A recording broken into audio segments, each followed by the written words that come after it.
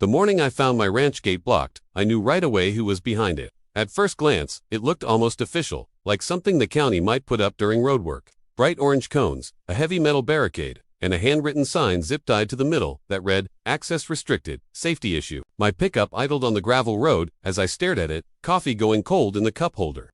That gate had been my only access in and out of the property for over 20 years. Long before the HOA sprouted up like weeds on the far end of the valley. Blocking it wasn't just an inconvenience. It was a line crossed. I eased out of the truck and walked closer.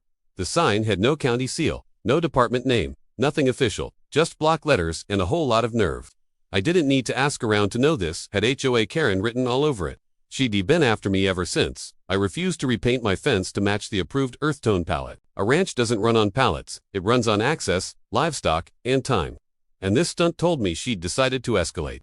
I tried calling the HOA office first, figuring I'd give them a chance to make it right. No answer.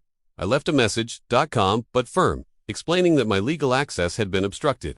By noon, still nothing. Meanwhile, I had feed to haul and a vet scheduled to come by. I moved one cone aside just enough to squeeze through, careful not to knock anything over. By evening, the barricade was back in place, heavier this time, with a chain looped through it and padlocked to the gate. That's when calm gave way to resolve. The next morning, a notice appeared taped to my mailbox, claiming the road to my gate was under review due to drainage concerns. No citation, no letterhead, just more scare tactics. I drove straight to the county records office and pulled my deed. The easement was clear as day. That road was a public access road maintained by the county road department, not the HOA. I'd known it for years, but sometimes it helps to see it in black and white. I called the county road department and explained what was happening. The woman on the line went quiet for a moment, then said, "Sir, if someone placed an unauthorized obstruction on a county-maintained road, that's a serious issue." She scheduled a site visit for later that week. I didn't tell HOA Karen. I figured she'd already done enough talking.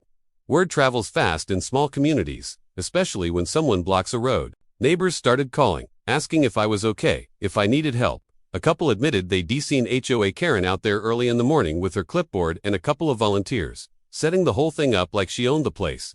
That told me everything I needed to know. The day before the county visit, HOA Karen finally showed up in person. She stood on the other side of the barricade, arms crossed, and told me the blockage was for everyone's safety. She claimed heavy trucks damaged the road, and that until it was evaluated, access would remain limited. I asked her under what authority she was acting. She said the HOA had a responsibility to protect the community. I told her the community didn't include county roads. She smiled like she knew something I didn't. The county truck arrived the next morning. White with a seal on the door, 2 road inspectors inside. HOA Karen appeared out of nowhere, practically jogging over as they stepped out. She started explaining before anyone asked a question. Drainage, liability, emergency access. One of the inspectors held up a hand and asked her if she worked for the county. When she said no, he asked who authorized the barricade. She hesitated, then said the HOA did. That's when his expression changed. They walked the road, checked the surface, measured the shoulder, and examined the barricade. One inspector took photos while the other flipped through paperwork on a tablet. HOA Karen kept interjecting, trying to redirect the conversation. Finally, the inspector turned to her and said, "Ma'am, this is a county-maintained access road. You have no authority to block it." Her face tightened. She argued that the HOA had concerns. He replied that concerns didn't override the law. Right there, in front of everyone, he radioed for a removal crew. HOA Karen protested, saying she'd appeal, that this wasn't over. The inspector told her placing unauthorized obstacles on public roads could result in fines.